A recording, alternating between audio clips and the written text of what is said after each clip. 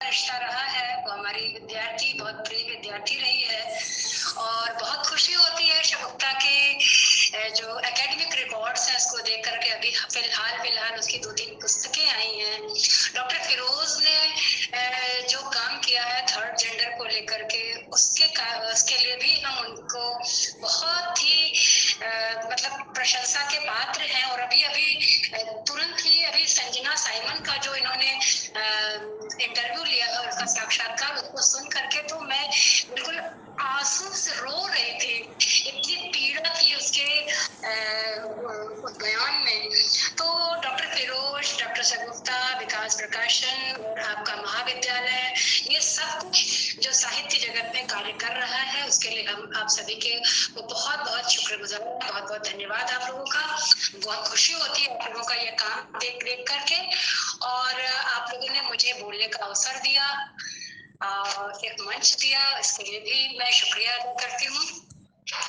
आज जो हम स्वाधीनता का अमृत महोत्सव मना रहे हैं, उस अमृत महोत्सव में हम नवजागरण को, पुनरुत्थान की सारी प्रक्रियाओं को भी थोड़ा बहुत समझने का प्रयास अपने इस मंच के माध्यम से करेंगे।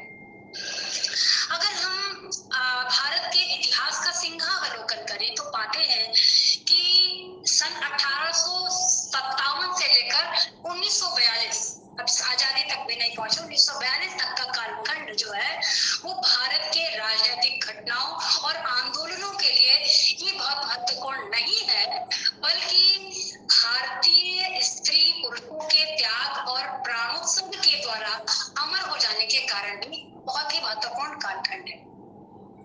यह भारतीय स्वाधीनता आंदोलन का, भारतीय स्वतंत्रता आंदोलन का वह दौर है जो भारतीयों के संघर्ष की अद्भुत गाथा के रूप में जाना जाता है, जिसमें पुरुषों के साथ साथ महिलाओं ने भी बढ़ चढ़ करके हिस्सा लिया। अब इसमें महिलाओं की भागीदारी जो है वो खास महत्वपूर्ण महत्व रखती है।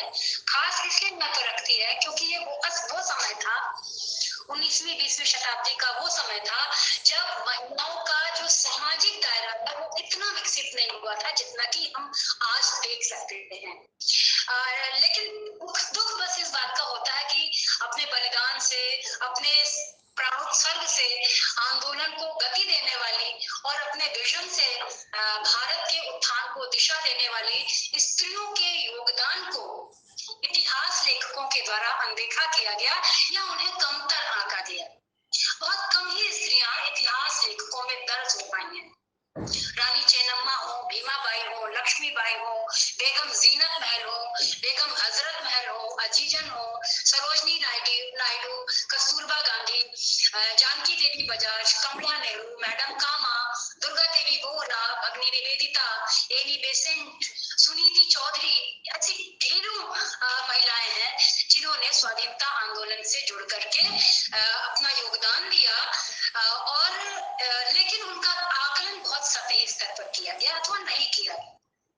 हाँ, इस संदर्भ में आशा रानी बोहरा की पुस्तक जरूर महत्वपूर्ण है, जिसका शीर्षक ही है महिलाएं और स्वराज।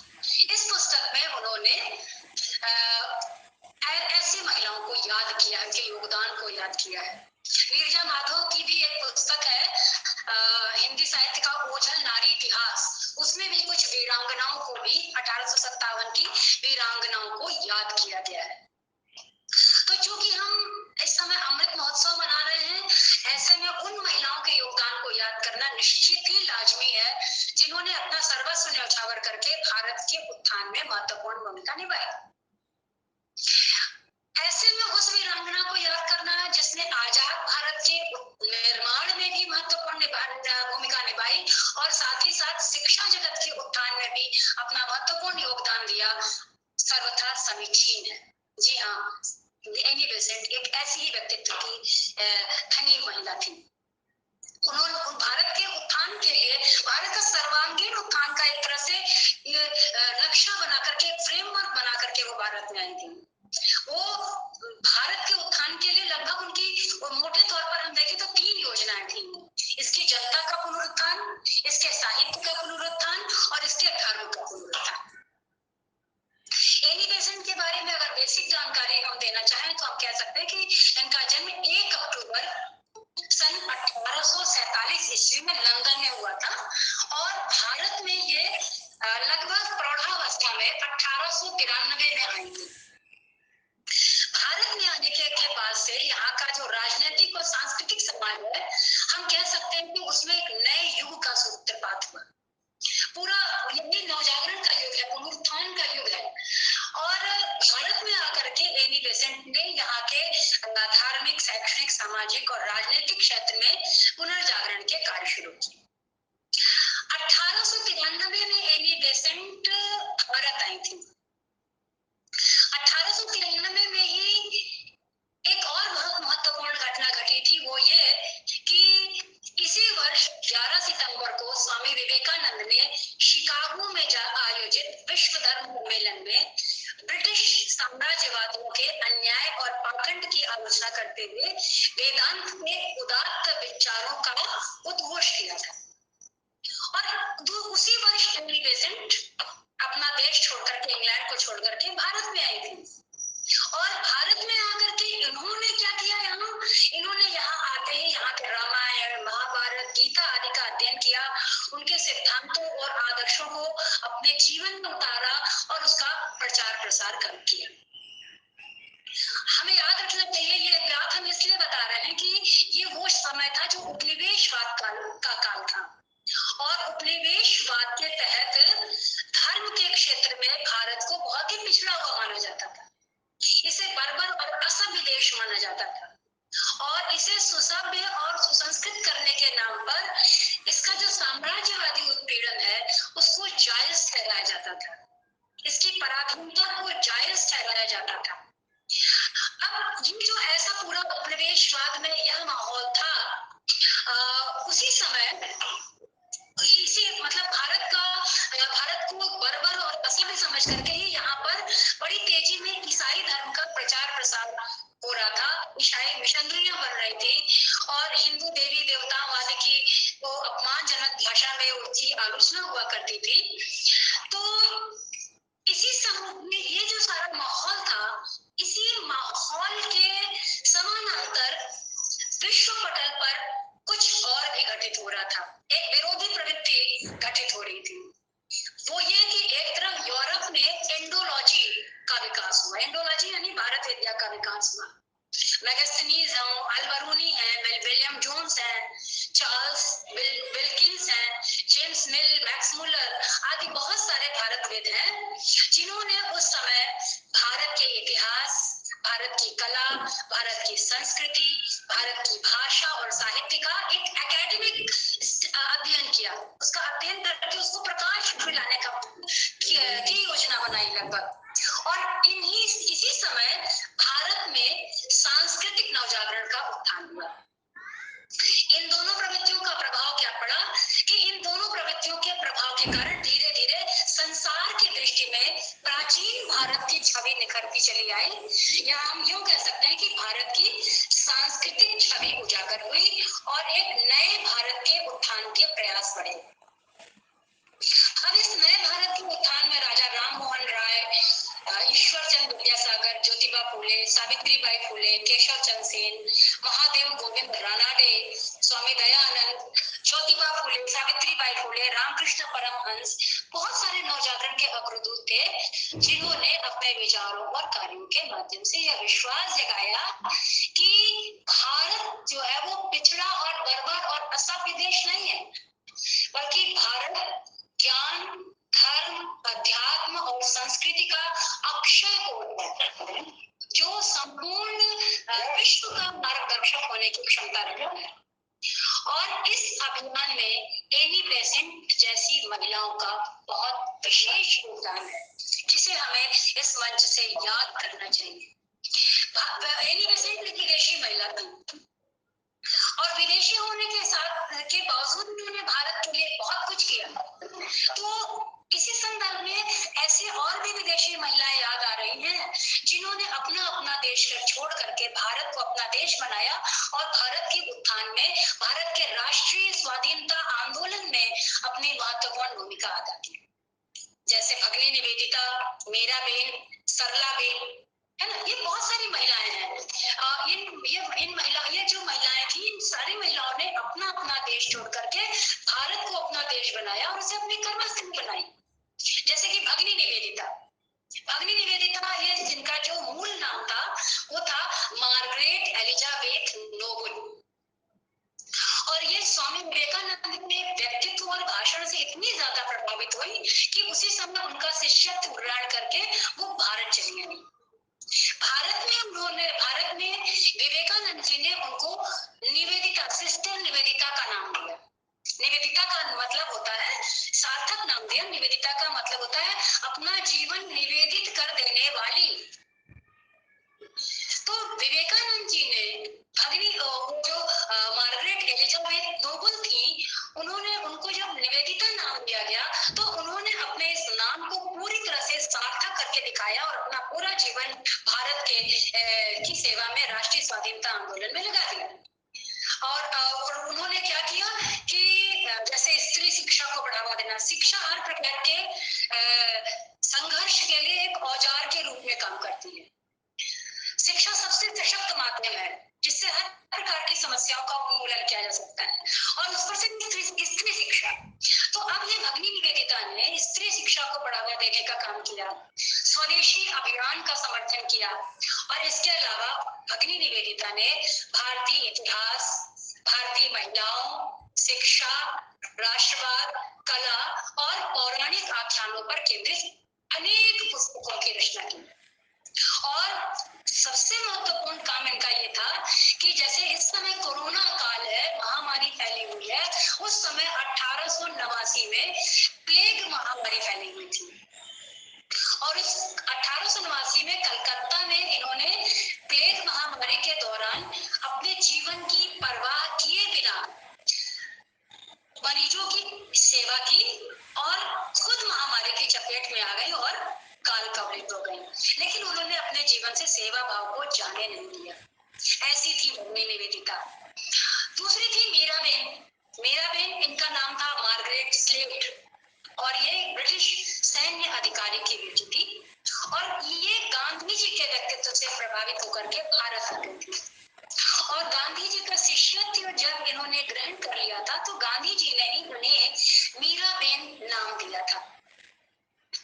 गांधी जी के सिद्धांतों पर चलकर इन्होंने राष्ट्रीय स्वाधीनता संग्राम में अपना पूरा जीवन समर्पित किया, और जो बेसिक एजुकेशन है, प्राइमरी एजुकेशन है, बुनियादी शिक्षा है, उसके प्रचार प्रसार में, खादी के प्रचार प्रसार में, पशुओं के संरक्षण में, स्वच्छता अभियान जिस पर जो आजकल बहुत ज्यादा चल रहा है, स्वच्छता अभियान में, और अस्पृश्यता निवारण में बहुत महत्वपूर्ण भूमिका निभाई। और इसके साथ ही साथ ये वर्धा में जो सेवाग्राम की स्थापना गांधी जी ने की थी, इसमें भी गांधी जी की सहयोगी की भूमिका के रूप में ये हमेशा कर्मठ सहयोगी के रूप में विद्यमान है।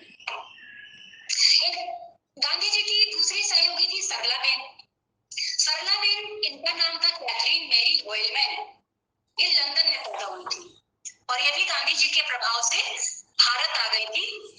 इनकी खासियत ये है, बाकी तो गांधी जी जो भी करते थे उसके साथ ये हर काम वो करती थी, जैसा अभी हमने मीराबेन के लिए बताया, लेकिन इनका एक विशेष इनका जो योगदान है, जिसके लिए इनकी खास पहचान बनती है, वो ये कि जो पर्यावरण की सुरक्षा जो बाद में चिपको आंदोलन चला था, पर्यावरण की सुरक्षा का संकल्प या एक इस अवधारणा को जन्म देने वाली है सरलाबेन, और पूरे के पूरे चिपको आंदोलन के विकास में इनकी बहुत महत्वपूर्ण भूमिका थी। और भारत छोड़ो आंदोलन के दौरान इनको तो कई बार जेल वेल भी जाना पड़ा था। अब भगिनी निवेदिता, सरलाबेन आदि से एनी बेसेंट इस अर्थ में अलग है कि वो किसी से प्रभावित होकर के, किसी का शिष्यत्व ग्रहण करके भारत में नहीं आई थी, बल्कि अपना स्वयं का निर्णय लेकर, स्वयं से संचालित होकर के भारत के भारतीय दर्शन और धर्म से प्रभावित होकर के भारत में आई थी। इंग्लैंड में जन्म हुआ, इंग्लैंड में ही इनका पालन पोषण हुआ, इंग्लैंड में ही इनका विवाह भी हुआ।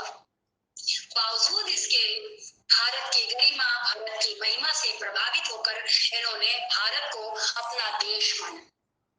और यहाँ के सनातन धर्म को अपना धर्म माना, इस देश को अपनी कर्म भूमि माना, और काशी जहाँ से हम बोल रहे हैं, काशी को उन्होंने विद्या दान का केंद्र माना। हालांकि वो मद्रास के अड्यार में उन्होंने वहां पर भी बहुत सारे संस्थाओं की स्थापना की थी। अभी हम बताते चलेंगे सब वहां पे क्या क्या किया था। इनकी बहुत सारी रचनाएं हैं, बहुत लेखन कार्य वो बहुत करती थी। अगर आप उनके खाली, वैसे तो 400-500 किताबें हैं उनकी, हम सिर्फ 2-3 ऐसी किताबों का नाम गिना देना चाहते हैं जिससे पता चले कि वो भारत के बारे में कितना सोचती थी। जैसे कि आप देखिए, किताबों का नाम है रिलीजियस प्रॉब्लम इन इंडिया, ये एक किताब का नाम है। दूसरा है वेकअप इंडिया, फिर इंडिया एंड अ अंपायर, फिर अगली किताब का नाम देखिए फॉर इंडियाज अपलिफ्ट, इंडिया कैसे उठे, और हाउ इंडिया रॉट फॉर मैं तो फ्रीडम। मेडिकल स्टोर वाले को फोन कर ले, उसका फोन आ रहा है, हम ये सब रिसीव नहीं कर किताबों रहे का हैं। नाम पसंद गिना रहे हैं। India a nation, the birth of new India,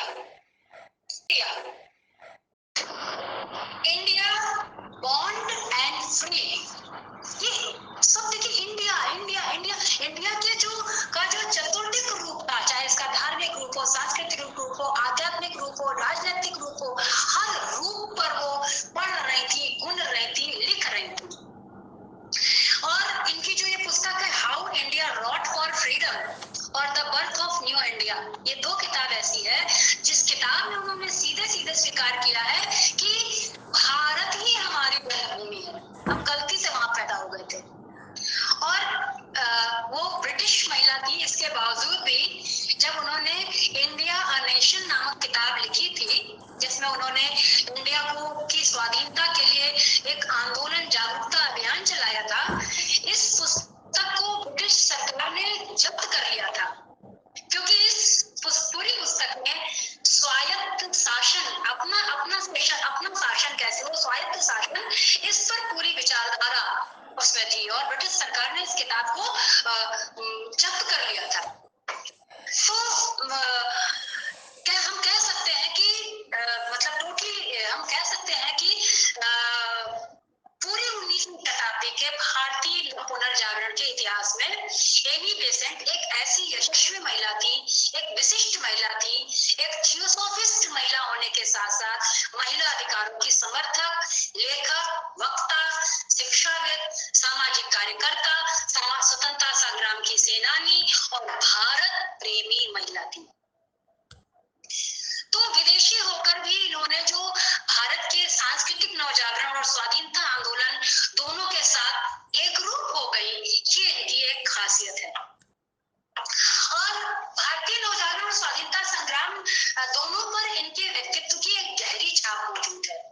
उन्होंने भारत और भारतीय संस्कृति और यहाँ के धर्मों के पुनरुत्थान के लिए लगभग 40 वर्षों तक अथक प्रयास, अनवरत प्रयास किया। 1917 में जब उनको नजरबंद कर लिया गया था, अभी हम बताएंगे ये कहानी कब क्यों नजरबंद किया गया था, तो उस नजरबंद जब उनको किया था तब उनकी उम्र 70 वर्ष की थी, और उस समय उन्होंने कहा था कि मैं वृद्धा हूँ, लेकिन मुझे विश्वास है कि मरने से पहले मैं देख सकूंगी कि भारत को स्वायत्त शासन मिल गया। ये जज्बा था उनके भीतर। तो 1875 में थियोसॉफिकल सोसाइटी की स्थापना हो चुकी थी। मैडम ब्लावरस्की और हेनरी स्टील ऑलकॉट आदि ने इसकी स्थापना की थी, और इसकी स्थापना का जो मुख्य उद्देश्य था वो था विश्व बंधुत्व, धर्म के आधार पर विश्व बंधुत्व की प्रतिष्ठा और मानव समाज की सेवा करना। 1879 के आसपास भारत में मुंबई में भी इसका एक मुख्यालय बना, और 1882 में मद्रास के अड्यार में इसका एक मुख्यालय बना। अब देखिए 1882 में अड्यार में मुख्यालय बना, तब तक अभी जो एनी बेसेंट थी वो अभी भारत नहीं आई है। एनी बेसेंट भारत आने से पहले ही भारत के प्रति उनका प्रेम जाग चुका था।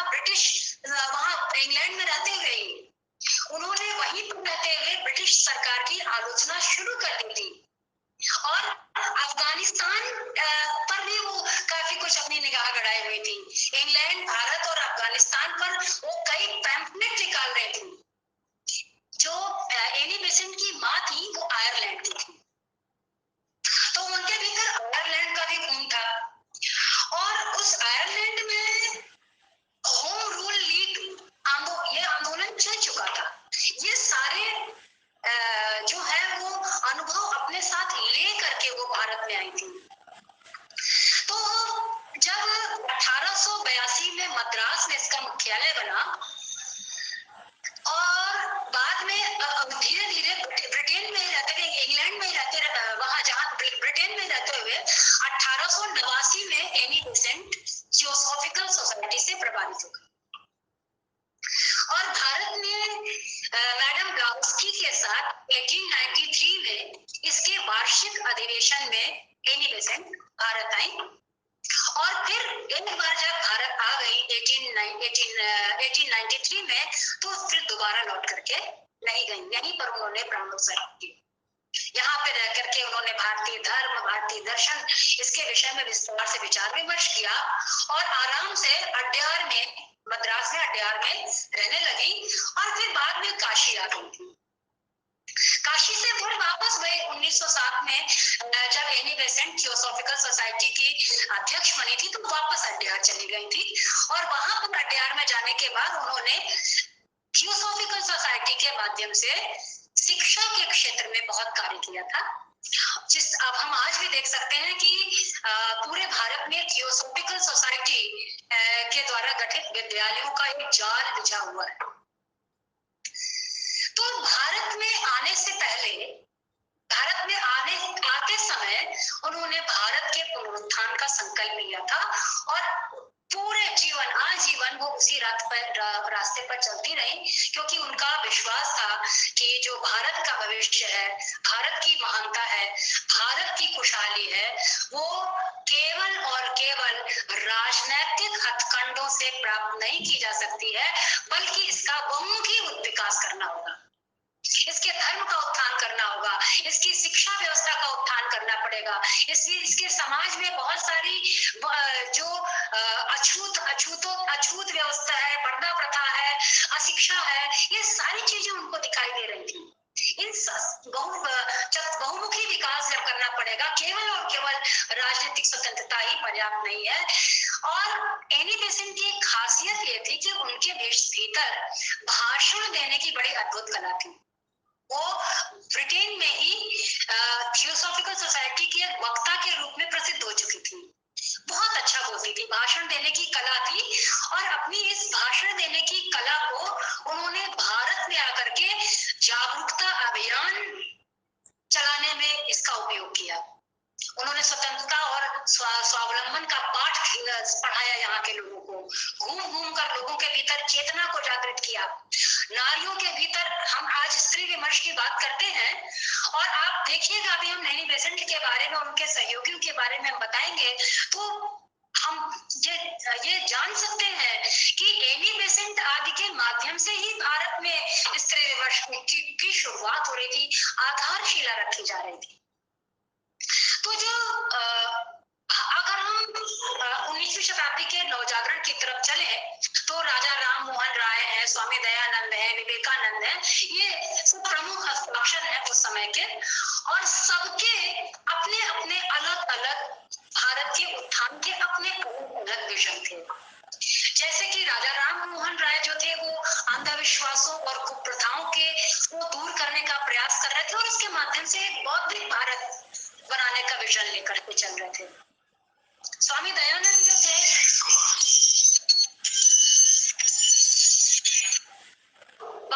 बाद में करेंगे।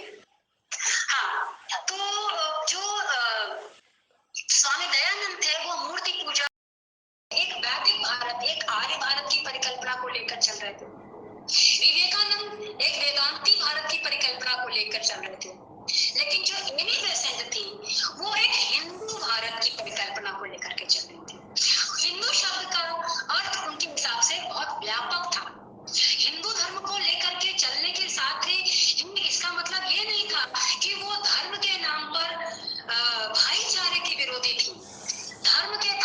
सहिष्णुता की बहुत कट्टर समर्थक थी। उनका मानना था कि प्रत्येक धर्म के लोग अपने अपने धर्म को मानते हुए भी दूसरे धर्म का सम्मान करके जब इस देश में रहेंगे, एकजुट होकर के रहेंगे, तब जाकर के इस देश के में ब्रिटिशर्स के खिलाफ खड़े हुआ जा सकता है। तो हिंदू धर्म से प्रभावित होकर के बाहर भारत आई थी, इसलिए उन्होंने उनको सबसे ज्यादा प्रभावित करने वाला ग्रंथ लगा था गीता। गीता का उन्होंने अंग्रेजी में अनुवाद किया, thoughts on the study of the Gita के नाम से अंग्रेजी में अनुवाद किया था। और हम सभी को मालूम है कि गीता एक कर्म योग, कर्म सिद्धांत का ग्रंथ है। कर्मण्येवाधिकारस्ते मा फलेषु कदाचन, यही से लगभग इसका श्री गणेश होता है। तो कर्म सिद्धांत में विश्वास होने के कारण गीता उनको पसंद आई थी। गीता का उन्होंने अंग्रेजी में अनुवाद ही नहीं किया था, बल्कि गीता के कर्म सिद्धांत को उन्होंने अपने जीवन में बिल्कुल ढाल लिया था और जीवन भर वो कर्म करते ही रह गई। मद्रास में उन्होंने मद्रास हिंदू एसोसिएशन की भी स्थापना की थी। जय कृष्णमूर्ति का नाम हम लोगों ने सुना है। जय कृष्णमूर्ति फाउंडेशन से यहाँ पर कलकत्ता कॉलेज राजघाट चलता है। जय कृष्णमूर्ति बहुत बड़े दार्शनिक थे। जय कृष्णमूर्ति को उन्होंने गोद लेकर के पाला, उनके व्यक्तित्व को गढ़ा था। और इसके अलावा उन्होंने एक हिंदू आइडियल्स नामक एक उनकी किताब थी, जिसमें उन्होंने हिंदू विद्यार्थी, गृहस्थ, विवाह, राज, धर्म आदि के संदर्भ में अपने विचार व्यक्त किए थे। और 1914 तो पहले तो जब एनी बेसेंट भारत में आई तो लगभग इनका सबसे पहले एक तरह से इसका आध्यात्मिक उत्थान करने का प्रयास किया उन्होंने, और हर प्रकार के धर्म को समझा, देखा, भारत को देखा, जाना।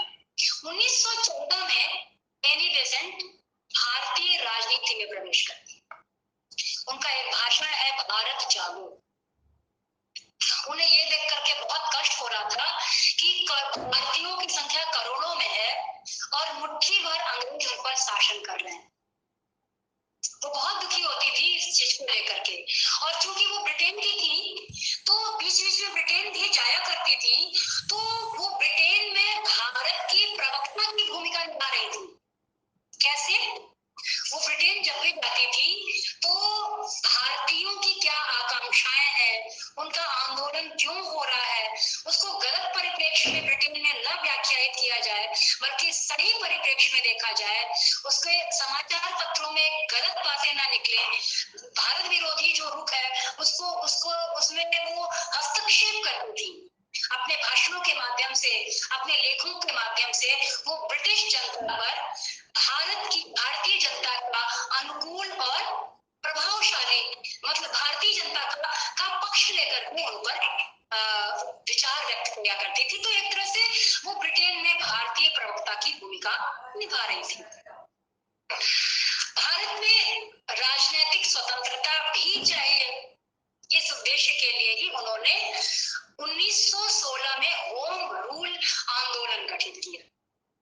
अब आजकल अमृत महोत्सव चल रहा है और लगातार रेडियो पर एक प्रश्नोत्तरी चलती है। उसमें प्रश्नोत्तरी में यह भी पूछा जाता है कि होम लीग की स्थापना किसने की थी, और ज्यादातर सभी लोग बताते हैं बाल गंगाधर तिलक।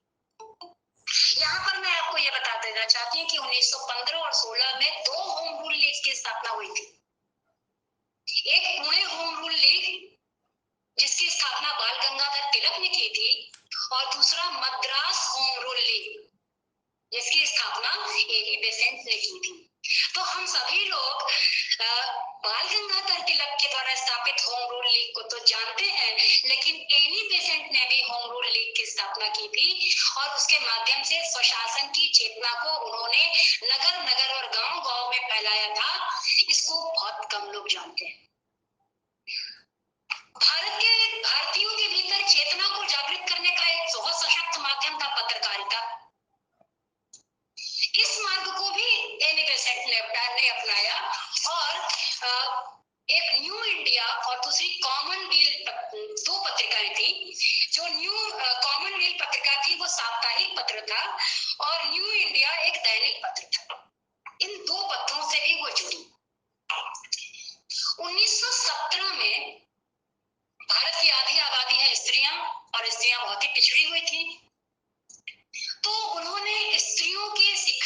विकास के लिए स्त्रियों के जीवन में जो बहुत सारी कुप्रथाएं हैं, बाल विवाह, बहु विवाह, विधवा विधवा उत्पीड़न, बहुत सारी कुप्रथाएं थी, उसके उन्मूलन के लिए और सामाजिक और राजनीतिक क्षेत्र में महिलाओं को सम्मान दिलाने के लिए उद्देश्य से उन्होंने, बहुत इंपॉर्टेंट बात बताने हम जा रहे हैं, उन्होंने वीमेंस इंडियन एसोसिएशन की स्थापना की। लगभग आप भारत में स्त्रियों से संबंधित पहला संगठन इसको कह सकते हैं। और जो विमेन्स इंडियन एसोसिएशन की स्थापना की, इसी संदर्भ में हम एक और विदेशी महिला को याद कर लेते हैं। एक विदेशी महिला है मार्गरेट कजिन्स। मार्गरेट कजिन्स एक ऐसी विदेशी महिला थी जिन्होंने भारत में आकर के एनी बेसेंट की सहायिका बनकर के समाज सुधार के प्रयत्न किए थे। वो आयरलैंड में पैदा हुई थी और 1915 में भारत आई थी और भारत में आने के बाद इन्होंने भी भारत को अपना बना लिया था। तो भारत में आने से पहले जो मार्गरेट कजिन्स थी, वो आयरलैंड में महिलाओं को मताधिकार दिलाने के लिए संघर्ष कर चुकी थी। जब भारत में आई तो यहाँ पर भी वोट फॉर विमेन का उन्होंने एक एजेंडा चलाया। तो लोगों ने तर्क दिया कि यहाँ की स्त्रियां तो बहुत पिछड़ी हुई हैं, अपढ़ है, कुपढ़ है, कुछ अंगूठा छाप है। ठीक है, तो उनको ये लगा कि ठीक है, इस समस्या का समाधान होगा और उन्होंने स्त्रियों के को शिक्षित करने का अभियान चलाना शुरू कर दिया। और मार्गरेट कजिन्स के बारे में एक वाक्य बता के हम आगे बढ़ते हैं, फिर एनी बेसेंट पे आते हैं। बहुत कम लोग ये जानते होंगे कि जो हमारा जो जनगण मन राष्ट्रगान है, उसकी जो पियानो पर धुन है, वो मार्गरेट कजिन्स ने ही बनाई थी। शगुफ्ता आजकल पियानो सीख रही है और उनको ये जानकारी होनी चाहिए कि जो मार्गरेट कजिन्स थी, उन्होंने राष्ट्रगान की धुन बनाई थी और रविंद्रनाथ टैगोर को यह धुन बहुत पसंद आई थी और बाद में बहुत थोड़े से हेर फेर के बाद वही धुन अभी तक स्वीकृत होकर के चल रही। तो 1917 में क्या हुआ कि एनी बेसेंट ने और एनी बेसेंट के साथ मार्गरेट कजिन्स के साथ कमला देवी चट्टोपाध्याय, मुथु लक्ष्मी रेड्डी, इन सभी ने मिलकर के विमेन्स इंडियन एसोसिएशन की स्थापना की, जिसको हम संक्षेप में WIA के नाम से जान सकते हैं। अब इस संगठन के माध्यम से बाल विवाह, देवदासी प्रथा और वोट फॉर विमेन आदि मुद्दों को उठाया और स्त्रियों के सामाजिक उत्थान का एक अभियान चलाया। और हमने पहले कहा कि ये लगभग भारत का पहला नारीवादी संगठन था, जिसकी प्रेसिडेंट एनी बेसेंट थी और मार्गरेट कजिन्स आदि इसकी सेक्रेटरी थी। तो ये जो अभियान वो चला रही थी सक्रिय रूप से, अभी तो उनकी पुस्तक को ही जब्त किया गया था, इंडिया नेशन। अब 1917 में जब इस तरह से सक्रिय भागीदारी वो करने लगी, तो ब्रिटिश सरकार ने उनको नजरबंद कर दिया। जब नजरबंद कर दिया तो ये सोचा कि ये जो महिलाओं के उत्थान को लेकर के आंदोलन चला रही है वो कमजोर पड़ जाएगा, लेकिन ना, ऐसा नहीं हुआ। वो नजरबंद की गई और इधर आंदोलन पर इसका सकारात्मक प्रभाव पड़ा और ये महिला संगठन और मजबूती से काम करने लगा। 1917 में जब बाद में वो रिहाई होकर के आई, तो एक भारत के इतिहास में एक महत्वपूर्ण घटना ये घटी कि भारतीय राष्ट्रीय कांग्रेस की पहली महिला सभापति के रूप में एनी बेसेंट चुनी गई। और दूसरी तरफ जो एनी बेसेंट के द्वारा बनाया गया जो संगठन था, जो दक्षिण भारत में एक राजनीतिक मंच के रूप में उभर रहा था, जिसके माध्यम से प्रथम विश्व युद्ध में महिलाओं को प्रजातांत्रिक अधिकार दिलाने के बहुत सारे प्रयास हो रहे थे, उसी संगठन को एक दशक के बाद यानी कि 1927 में मार्गरेट कजिन्स ने, मतलब उस भारतीय महिला संगठन को 1927 में मार्गरेट कजिन्स ने अखिल भारतीय महिला सम्मेलन का नाम दिया। ये भी पहला एक सम्मेलन था भारत का स्त्रियों के पक्ष में, जो महिलाओं और बच्चों की शिक्षा से संबंधित था। इस संगठन से 1918 से स्त्री धर्म नाम की हम लोग बाला बोधिनी पत्रिका को जानते हैं, लेकिन यहाँ इस संगठन से एक स्त्री धर्म नाम की पत्रिका भी निकाली जाती थी, जिसके माध्यम से स्त्रियों से संबंधित सामाजिक और राजनीतिक मुद्दों के अतिरिक्त विश्व स्तर पर स्त्रियों की स्थिति को उजागर किया जाता था। The place of politics in the life of a nation, ये एक उनकी भाषण श्रृंखला थी। The place of politics in the life of a nation। इस भाषण श्रृंखला के माध्यम से उन्होंने भारतीय नवयुवकों को का आह्वान किया और उनसे पुकार पुकार के कहा, भारतीय बनो, भारत के आध्यात्मिक जीवन को पुनर्जागृत करो, भारत के नारीत्व का सम्मान करो और एक ऐसी शिक्षा पद्धति का विकास करो जो भारत को प्रगति के पथ पर ले जा सके, उसकी महिमा को उजागर करने में सहायक बनो। तो इस तरह से वो युवा शक्ति को जो भारत सबसे अधिक युवाओं का देश है, इसकी पहचान भी उसी समय एनी बेसेंट ने कर ली थी। और युवाओं के सर्वांगीण विकास के लिए उस समय उन्होंने मद्रास में यंग मेंस इंडियन एसोसिएशन की भी स्थापना की थी। एक संस्था थी यंग मेन इंडियन एसोसिएशन। ये एक तरह से राजनीतिक व्यायामशाला थी, जिसमें युवाओं को का सर्वांगीण विकास किया जाता था। स्वस्थ शरीर, स्वस्थ मस्तिष्क, आदर्श चरित्र, इस सब के निर्माण का उनको ट्रेनिंग दी जाती थी, ताकि भारत को भावी नागरिक के रूप में सर्वगुण संपन्न युवा मिल सके। ये उनका विजन था। स्त्रियों के एजुकेशन के लिए उनकी एक पुस्तक का नाम है the education of Indian girls. इस पुस्तक में उन्होंने कहा कि भारत का उद्धार तभी हो सकता है जब भारत की नारियों का उद्धार होगा। और इसी उद्देश्य से उन्होंने जब उनको 1917 में कांग्रेस का सभापति बना दिया गया था, तो कांग्रेस के अधिवेशन में एनी बेसेंट ने, जब एनी बेसेंट की अध्यक्षता में जब संपन्न हो रहा था, तब वहां एनी बेसेंट ने स्त्रियों को मताधिकार से संबंधित प्रस्ताव को पारित कराया। युवा हो गए, स्त्री हो गए, दलितों के उत्थान के लिए एनी बेसेंट ने ब्रदर्स ऑफ सर्विस यानी सेवक बंधु नामक संस्था की स्थापना की और अछूत प्रथा को समाप्त करने के लिए अभियान चलाया। अछूतों को समाज में सम्मान दिलाने के लिए उन्हें शिक्षा के प्रति जागरूक किया। जैसे महात्मा गांधी जी की अंत्योदय योजना है, उसी अंत्योदय योजना की तरह से एनी बेसेंट का भी मानना था कि जो समाज का सबसे निचला वर्ग है, जो समाज का सबसे असहाय वर्ग है, उसको शिक्षित करना होगा। 1909 में उनकी एक पुस्तक आई, उसका शीर्षक ही था the education of the depressed class, the education of the depressed classes. इसमें उन्होंने कहा कि शिक्षा के माध्यम से ही दलितों का उद्धार हो सकता है, उन्हें उसका उत्थान हो सकता है, दलितों का उत्थान हो सकता है, उन्हें सम्मानित नागरिक बनाया जा सकता है। तो इस तरह से देख रहे हैं कि भारत के एक एक वर्ग को उसको उठाने का वो प्रयास कर रही थी। और अब आप ये अभी और देखिए, भारतवासियों के जो नैतिक और मानसिक विकास के लिए उन्होंने एक सरोज चक्र नामक संस्था भी बनाई थी। अब सरोज चक्र नामक संस्था का उद्देश्य क्या था? जब वो देखती थी कि स्कूल में शिक्षक बच्चों को मार रहे हैं, उनको डांट रहे हैं, तो ये उनको कभी नहीं अच्छा लगता था।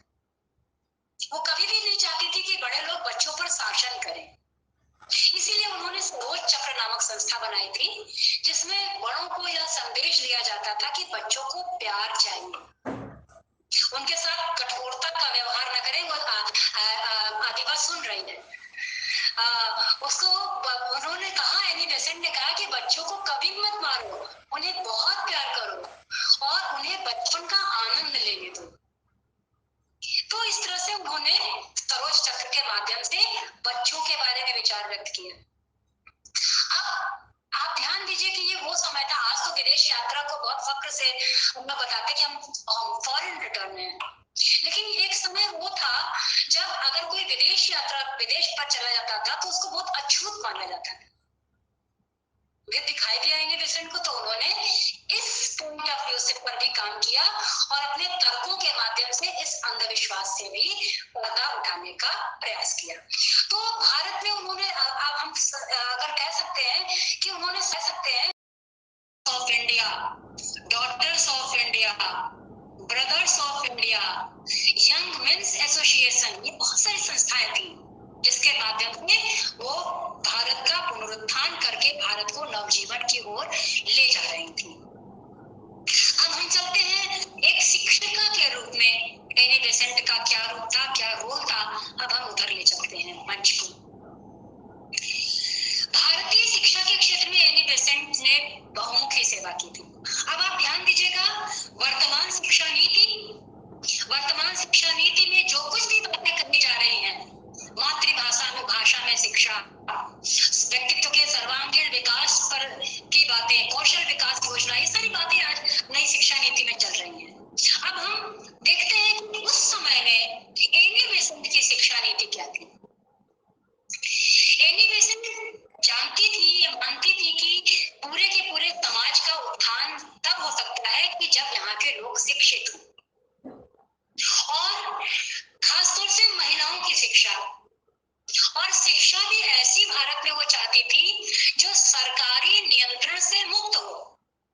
वरना तो लॉर्ड मैकाले की शिक्षा नीति के तहत तो यहाँ बहुत सारे विद्यालय खोले ही जा रहे थे, लेकिन उनकी इच्छा थी कि वो विक्टोरियन युग में जन्मी थी, और विक्टोरियन युग एक ऐसा युग था जब शिक्षा के क्षेत्र में, साहित्य के क्षेत्र में, राजनीति के क्षेत्र में लोग कुलीन तंत्र से जनतंत्र की ओर संक्रमण कर रहे थे। तो भारतीयों के भीतर में शिक्षा संबंधी जागरूकता फैलाते हुए, जागरूकता का प्रचार प्रसार करते हुए उन्होंने कहा कि जो हमारा यह भारत देश है, जो विस्तृत देश है, उसकी आवश्यकता के अनुसार शिक्षा व्यवस्था होनी चाहिए। और उन्होंने कहा कि फ्रांस और जर्मनी में जो शिक्षा व्यवस्था है, उस शिक्षा व्यवस्था सरकार का कार्य है, लेकिन विंचेस्टर है, हैरो है, एटन है, उसमें शिक्षा एक निजी उपक्रम है। लोग दान देते हैं, दान आदि से ऑक्सफोर्ड और कैम्ब्रिज विश्वविद्यालय आदि संचालित होते हैं। अमेरिका में बहुत सारे ऐसे अरबपति हैं जिन्होंने अनेक कॉलेज और विश्वविद्यालय खोले, तो भारत क्यों पीछे है? क्यों वो देखता है कि लॉर्ड मैकाले या ब्रिटिश सरकार जो है वो स्कूल खोले और उनकी स्कूलिंग पद्धति से हम पढ़े लिखे। तो उन्होंने क्या किया कि भारत में शिक्षा के क्षेत्र में बड़े नए नए प्रयोग किए। भारतीय परंपरा के स्कूल खोलना, कन्या विद्यालय खोलना, कन्याओं के लिए छात्रावास और खेलकूद की व्यवस्था करना, वाद विवाद सोसाइटी बनाना, स्काउटिंग की शिक्षा देना, देश सेवा और देशभक्ति के भाव जागृत करना, ये सारे कार्य जो स्कूलों में एनी बेसेंट ने शुरू किए, ये उस समय के लॉर्ड मैकाले की शिक्षा नीति के तहत चलने वाले स्कूलों में होते ही नहीं थे। तो उस समय के लिए अपने जितने भी उनके स्कूल होते थे, वहां प्रार्थना सभाएं हुआ करती थी, लोगों को देशभक्ति के गीत गवाए जाते थे। ये सारी की सारी चीजें जो थी उस समय के भारत के लिए वही नई थी, नए नए प्रयोग कर रही थी। वो चाहती थी कि भारतवासी हैं वो केवल तन से, वो केवल बुद्धि से और मन से ही शिक्षित नहीं हो, बल्कि तन से भी पुष्ट हो। यह ऐसा आवश्यक मान करके वो स्काउट की कमिश्नर बनी, और क्योंकि और स्काउट का कमिश्नर बन करके उनको स्काउटिंग और गाइडिंग की तरफ भी बच्चों को ट्रेन करना शुरू किया। नारी शिक्षा पे उनका विशेष फोकस था। उनका मानना था कि जो भारत की आधी आबादी है वो शिक्षित होनी ज्यादा जरूरी है। और 1904 में जो उनका एक लेख प्रकाशित हुआ था जिसका शीर्षक था the education of Indian girls. हालांकि इस समय हम जो एनी बेसेंट के बहुत सारे सिद्धांत हैं वो वर्तमान समय में हम उससे असहमत हो सकते हैं, लेकिन उस समय के भारत के लिए वो बहुत ही उपयोगी थे। जैसे कि स्त्री शिक्षा के संबंध में जो कुछ भी उस समय भारतीय मानना था। भारतेंदु जिस तरह की शिक्षा के लिए बात करते थे कि स्त्रियों को भी पढ़ाइए, लेकिन इस तरह से न पढ़ाइए कि वो मेम हो जाए। उन्हें सिलाई सिखाइए, कढ़ाई सिखाइए, बुनाई सिखाइए टाइप की बातें भारतेंदु किया करते थे। लगभग 80% की जो स्त्रियों के संबंध में शिक्षा नीति थी, वह भी स्त्रियों को एक सुसभ्य, सुसंस्कृत गृहिणी बनाने की और हृष्ट पुष्ट मतलब स्वस्थ मस्तिष्क वाली नागरिक बनाने की अवधारणा थी। तो उन्होंने स्त्रियों की शिक्षा में 5 चीजों का होना अनिवार्य कहा। पहला, धार्मिक और नैतिक शिक्षा देनी चाहिए स्त्रियों को। इसके अंतर्गत उन्होंने कहा कि स्त्रियों को बहुत सारे स्तोत्र, गीता, रामायण, धर्म ग्रंथ आदि की जानकारी होनी चाहिए। साहित्यिक शिक्षा के अंतर्गत स्त्रियों को जो वर्नाकुलर भाषाएं हैं, जो उनकी अपनी भाषाएं हैं, उस भाषाओं में उनको शिक्षा प्रदान की जाए। इसके अलावा वैज्ञानिक शिक्षा के अंतर्गत उनको सफाई के नियम सिखाए जाएं। भोज्य पदार्थों की लड़कियां खाना खाने में बहुत ही अपना स्वास्थ्य का ध्यान कम रखती है, तो उनको भोज्य पदार्थों की महत्ता बताई जाए, उनको औषधियों की जानकारी दी जाए, उनको फर्स्ट एड के बारे में, प्राथमिक चिकित्सा के बारे में जानकारी दी जाए, रोगियों की तीमारदारी कैसे की जाती है ये सिखाया जाए, हिसाब किताब कैसे रखा जाता है ये सिखाया जाए। तो ये हो गया वैज्ञानिक शिक्षा। इसके अलावा वो कलात्मक शिक्षा भी देना चाहती थी स्त्रियों को। वो चाहती थी कि स्त्रियों के भीतर संगीत कला, वादन कला, पेंटिंग, ये सारी भी कलाएं उनके भीतर विकसित होनी चाहिए। और सबसे ज्यादा जरूरी था शारीरिक शिक्षा। वो लड़कियों के स्कूल में, उनके पाठ्यक्रम में शारीरिक शिक्षा को अनिवार्य मानती थी।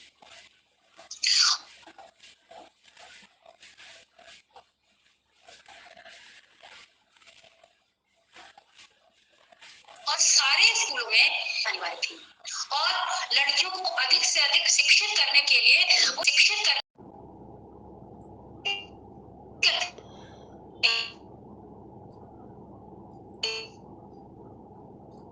काशी नरेश के प्रभु नारायण सिंह, उन्होंने विचार विमर्श किया और उन्होंने यहाँ पर सेंट्रल हिंदू बॉयज स्कूल की स्थापना की। और सेंट्रल हिंदू बॉयज स्कूल की जो स्थापना की वो लॉर्ड मैकाले की शिक्षा नीति से बिल्कुल अलग था। अपनी इस स्कूल में उन्होंने भारतीय संस्कृति, धर्म, सदाचार और जीवन के शाश्वत मूल्यों की शिक्षा देने का काम किया, खेलकूद को बढ़ावा दिया, सभ्य और शिष्ट समाज सेवी, धर्मपरायण, चरित्रवान नागरिक बनाने के उद्देश्य से वो शिक्षा व्यवस्था को लेकर के आई थी। और सबसे ज्यादा ये था कि उनका मानना था कि भारतीयों को शिक्षा उनकी अपनी मातृभाषा में देनी चाहिए, क्योंकि जो मातृभाषा में कोई व्यक्ति शिक्षा लेता है तो वह शिक्षा ज्यादा हृदयग्राही होती है, जीवंत होती है और तेजस्वी होती है। विद्यार्थी लोग मातृभाषा के अतिरिक्त दूसरी भाषाएं सीख सकते हैं, लेकिन विदेशी भाषा को शिक्षा का माध्यम बना देने से विद्यार्थी की बुद्धि कुंठित हो जाती है। इसलिए वो शिक्षा व्यवस्था में बिल्कुल मातृभाषा की समर्थक थी। और education as a national duty शीर्षक अपने वक्तव्य में उन्होंने कहा कि जो भारत के विद्यार्थी हैं, भारत के स्कूलों में पढ़ने वाले जो बच्चे हैं, उनको भारत के इतिहास और भूगोल के बारे में जानकारी देनी चाहिए। ये नहीं कि हम बताएं कि ब्रिटेन में क्या क्या व्यवस्था है। उनकी सम्मति में विदेशी इतिहास और भूगोल की अपेक्षा भारतीय इतिहास और भूगोल की शिक्षा देना बच्चों को ज्यादा जरूरी है। और भारतीय अस्मिता की पहचान के लिए यहाँ के लोगों को यहाँ की मूल भाषा में यानी कि संस्कृत का भी थोड़ा बहुत ज्ञान होना चाहिए। अब सेंट्रल हिंदू स्कूल को उन्होंने, सेंट्रल हिंदू बॉयज स्कूल को उन्होंने एकदम बच्चे की तरह से पाला पोसा, लगभग 15 वर्षों तक इसकी सेवा की। और इसके लिए जो धन संग्रह था वो धन अनेक स्रोतों से उन्होंने धन संग्रह किया था, लेकिन सरकारी धन इसमें बिल्कुल नहीं लगाया था। अगर सरकारी धन लेती तो वो अपने मन मुताबिक उसको नहीं चला सकती। लेकिन उसी समय क्या हुआ, अच्छा एक और बड़ा विजन लेकर के चल रही थी, एक बहुत अभी बताते हैं। उसी समय हुआ क्या, जब सेंट्रल हिंदू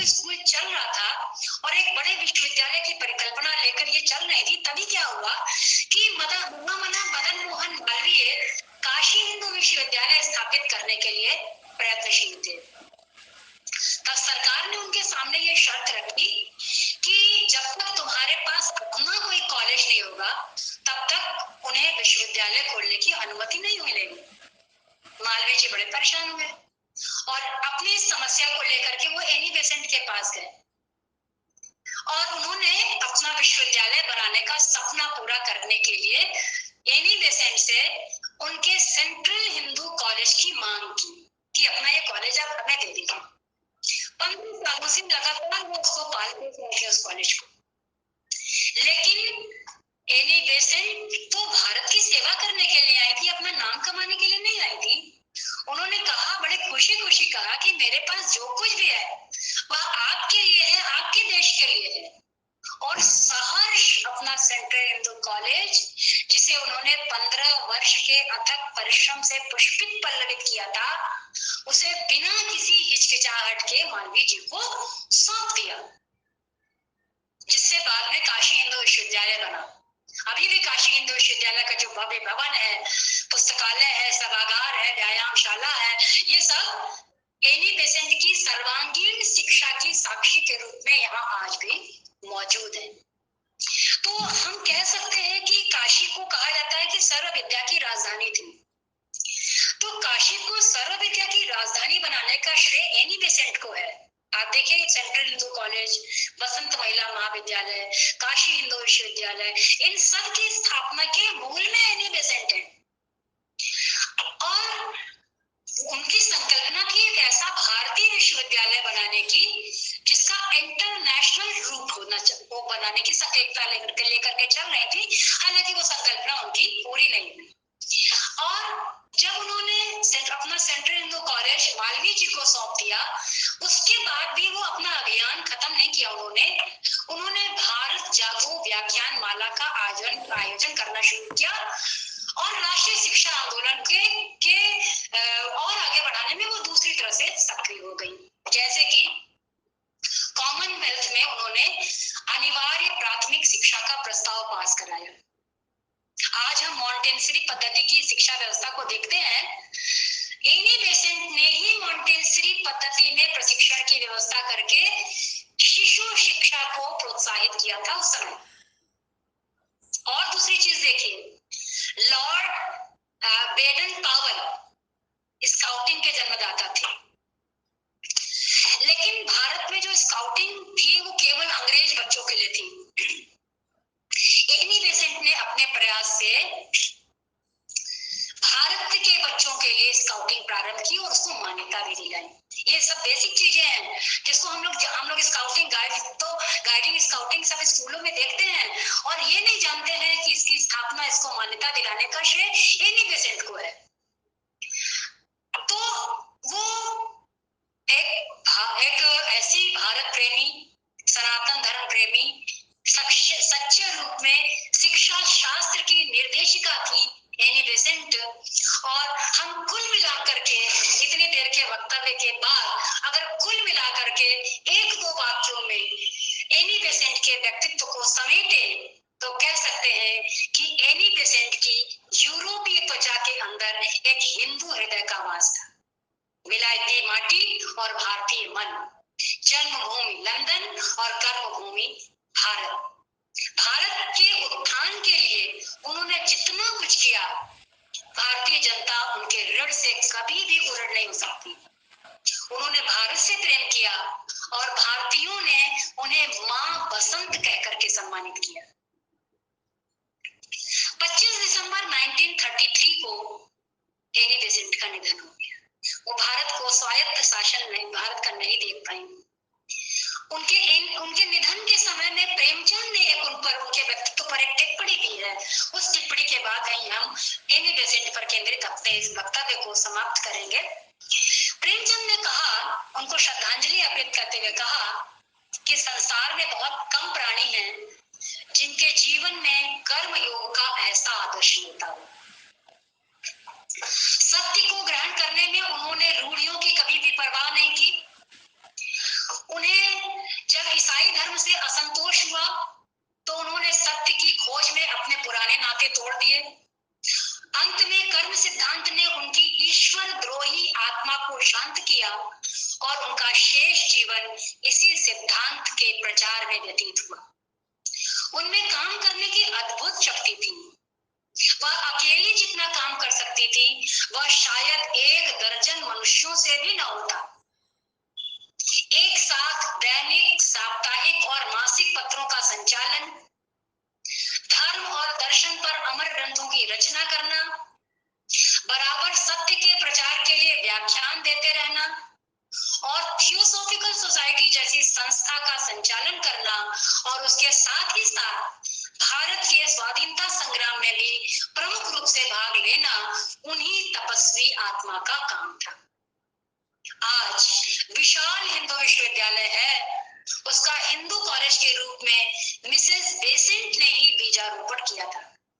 उनके 2 एक सिद्धांतों से हमें मतभेद हो सकता है, पर उन्होंने जिस बात को सत्य समझ लिया उसे प्रतिपादन करने में किसी भी विरोध की उन्होंने चिंता नहीं की और उनकी वक्तृत्व शक्ति अद्भुत थी।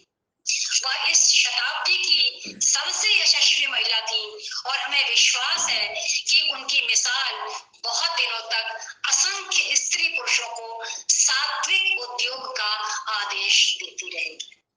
ये प्रेमचंद ने जो श्रद्धांजलि के रूप में एक वक्तव्य दिया एनी बेसेंट के बारे में, एनी बेसेंट के बहुमुखी व्यक्तित्व के बारे में, उसी बहुमुखी व्यक्तित्व को ही हमने अपने इस मंच पर मिले हुए व्याख्यान के माध्यम से आपके सामने रखने का प्रयास किया। उसमें हम कितने सफल हुए हैं, कितने नहीं सफल हुए हैं, ये तो आप सभी श्रोताजन हमको बताएंगे।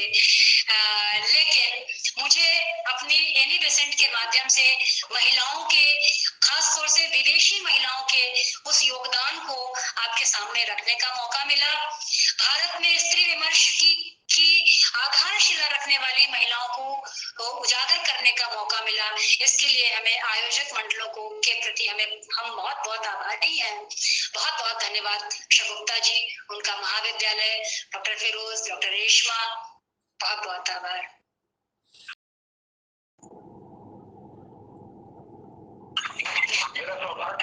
बहुत अच्छा जी जी त्रिपाठी जी। फिरोज भाई तो लगता है पूरा साहित्य का उद्धार करने के लिए ही जन्मे हैं। बिल्कुल सही, बिल्कुल सही, बिल्कुल सही। दोनों पति पत्नी दोनों लगे हुए हैं और ये सचमुच आज के समय में पूरे हिंदुस्तान में दोनों मिसाल है, मिसाल के तौर पर याद किए जाएंगे। दोनों एक भाव से, एक रस्ता से और समर्पण के साथ लगे हुए साहित्य के और नए नए दृश्य, नई नई बातें सामने ला रहे हैं। इन दोनों के लिए तो जितनी शुभकामनाएं बहुत कम है। सर शगुफ्ता मेरी विद्यार्थी रही है। हाँ, वो मुझे लगा, तो मैंने पढ़ाया। हाँ, ये मुझे आज पता चला। जब मैं उसके घर गया हूँ, अलीगढ़ गया हूँ, और ये हमारे गांव के पास के हैं सब दोनों। टांडा हमारी तहसील हुआ करती थी और बहुत अद्भुत अद्भुत। डॉक्टर रेशमा बहुत प्रफुल्लित हो रही है अपने ऐसे हमारी सेक्शन इंचार्ज, हमारी हेड प्रोफेसर रेशमा मैम हमारी कुछ बोले उस पे, फिर प्रोफेसर रेशमा मैम हमारी वक्तव्य पे कुछ 2 बात बोले, फिर हम नाजिश को बुलाएंगे धन्यवाद ज्ञापन के लिए।